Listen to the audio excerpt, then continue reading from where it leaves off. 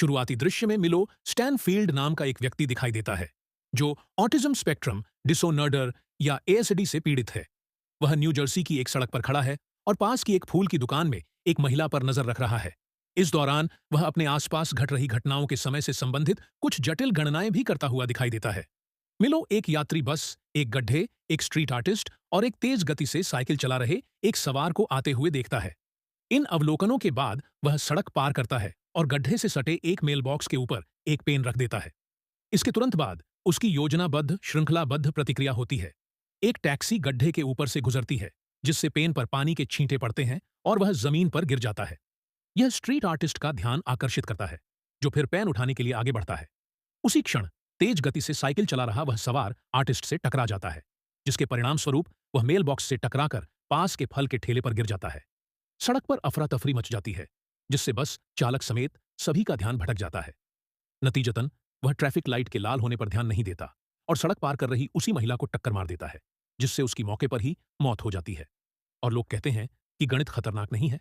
फिर मिलो अपनी योजना के सुचारू रूप से चलने की पुष्टि करने के बाद घटनास्थल से चला जाता है। फिर दृश्य एफबीआई की एक विशेष एजेंट ओलिविया डनहम पर केंद्रित होता है। वह होमलैंड सिक्योरिटी के फ्रिंज डिवीजन में काम करती है, जो असाधारण घटनाओं में विशेषज्ञता रखती है। ऐसा लगता है कि ओलिविया घर लौट रही है। सिर में चोट लगने के कारण लंबे अंतराल के बाद वह काम पर वापस लौट रही है। जैसे ही वह फ्रिंज मुख्यालय में प्रवेश करती है, उसका स्वागत उसके एक साथी अधिकारी चार्ली, जो टीम का पर्यवेक्षक है, करता है। इस बीच एजेंसी के प्रमुख वॉल्टर नेट बिशप ओलिविया की वापसी के बारे में लैब सहायकों में से एक फिलिप ब्रॉयल्स से बात कर रहे हैं। फिलिप कहता है कि वह फॉक्स लिविया नाम की एक हमशक्ल है और चिंता व्यक्त करता है कि क्या वे अपनी टीम में किसी धोखेबाज को शामिल कर सकते हैं। यहां यह पता चलता है कि कार्यालय के अंदर मौजूद ओलिविया असली ओलिविया नहीं है।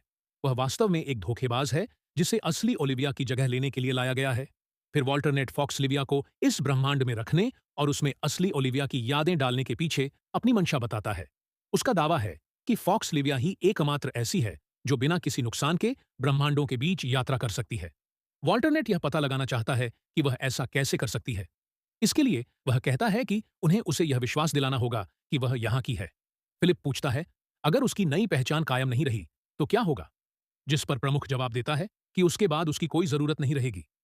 इसके बाद चार्ली टीम को उस बस दुर्घटना के बारे में बताता है, जो उसके अनुसार इस हफ्ते 2 बार हुई थी। दोनों ही मामलों में पीड़ित की मौत हो चुकी है। फिर वह अपनी टीम को घटनास्थल की जांच करने से पहले सावधानी बरतने के लिए कहता है। थोड़ी देर बाद एफबीआई की टीम दुर्घटना स्थल पर पहुंचती है और किसी भी सुराग या सुराग की तलाश में अलग हो जाती है। जांच का नेतृत्व लिंकन ली नाम का एक और एफबीआई एजेंट कर रहा है, जिसका चेहरा खराब लग रहा है।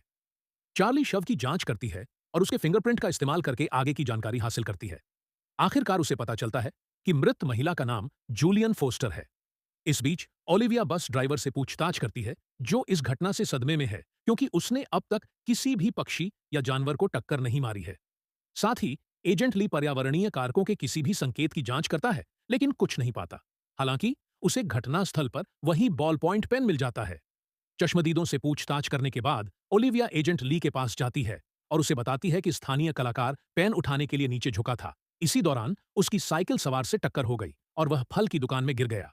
यह सुनकर एजेंट ली अनुमान लगाता है कि पेन ही वह मुख्य तत्व है जिसने प्रतिक्रियाओं का एक क्रम बनाया और अंततः पीड़ित की मृत्यु का कारण बना।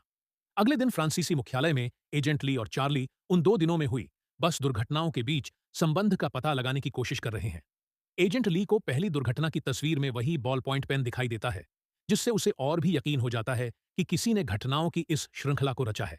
इसके बाद वे फ्रिंज एजेंसी की एक गणितज्ञ एस्ट्रिड से बात करने जाते हैं और उसे घटनाओं के बारे में बताते हैं।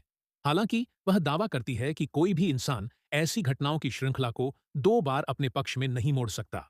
उनकी बहस के बीच एक और ऐसी ही बस दुर्घटना होती है, जिससे एस्ट्रिड सदमे में आ जाती है।